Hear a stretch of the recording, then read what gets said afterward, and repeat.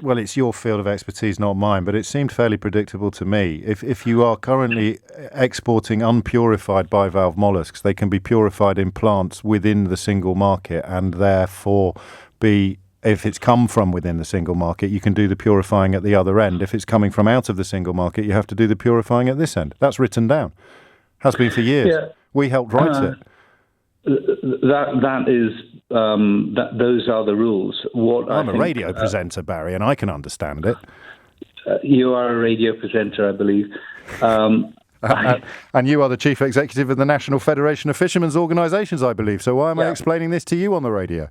Well, I really don't know. What I would say is that I think there's a scope for a conversation between our government and the EU to get a little bit of flexibility on this. This is going to take a bit of adjusting. But does our government have any control over it, or is it entirely in the gift of the European Commission, in your view? It's negotiations, and but who gets to make the decision? Because we know what we want. Ultimately, you're right that it's the EU that will make the decision. So they've got all the control. In terms of access to the European market, they have. So they've got even more control over the UK's bivalve mollusk trade than they had when we voted to take back control. Something that I think your organisation supported. Actually, our federation didn't take a position on the referendum. People have the right to a vote as adults. It wasn't for us to dictate how people voted. You should have done, shouldn't you? Because you could have warned them that this was coming.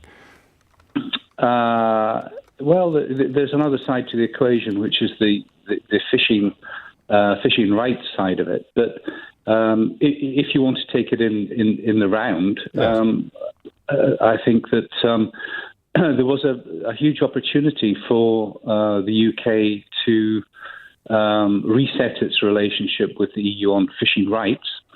That has been sacrificed, as it was in 1973 with Ted Heath. So those fishing rights have been sacrificed.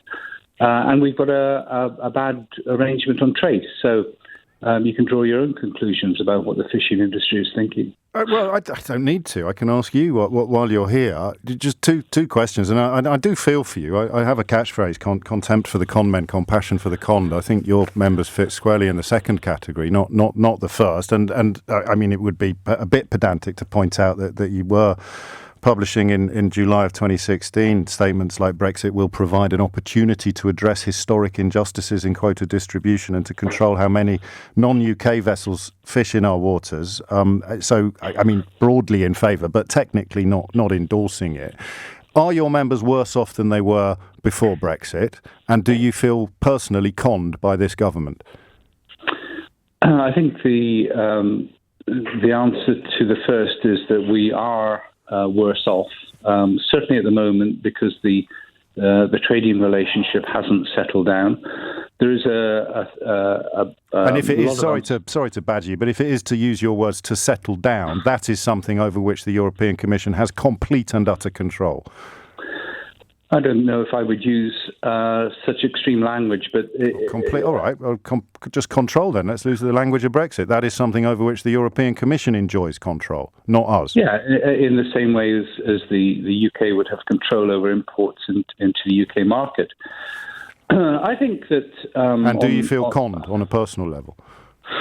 No, I don't like to get drawn into personal comments about... do you think your members who thought Brexit would make their lives better have been conned? I think they probably do. Oh. Well, will you pass on our condolences? Seriously. And I will personally buy as much bivalve mollusks as I can in the coming... I mean, I get through quite a lot already, but I will do my best, Barry, to eat even more. Well, that's good news. And I urge all my listeners to do the same. Thank you, Barrie Deas, the Chief Executive of the National Federation of Fishermen's Organisations, suggesting that his members will feel conned by this government and they are worse off than they were before we took back control. Well done, everyone.